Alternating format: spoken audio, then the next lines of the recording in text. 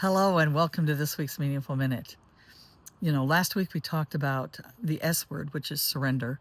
And I talked about kind of three levels of commitment to Jesus. The first one was just, hi, Jesus, happy day. And the second one was, oh, I don't like what's going on, but, I trust you, Lord, and I believe you're in control. And then we talked about surrender, the S word, which is really just giving over everything to God. And I kind of made it seem like that was a one-time thing, but actually, surrender can be our daily thing, like breathing. We're constantly surrendering our ego, our view of things, wanting things to go our way, wanting people to treat us a certain way.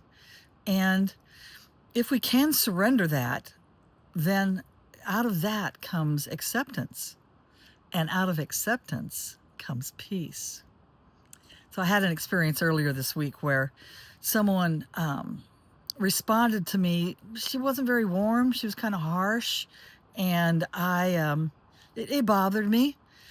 And I chewed on it a little bit. And then the Lord dropped this question into my mind. It was, why does she have to be a certain way? Why do you think she has to be a certain way? And I was like, yeah, who am I to say she has to act a certain way? And I just surrendered to reality, to what is, and I let it go. And wow, that can be life-changing. That I don't have to have people treat me a certain way.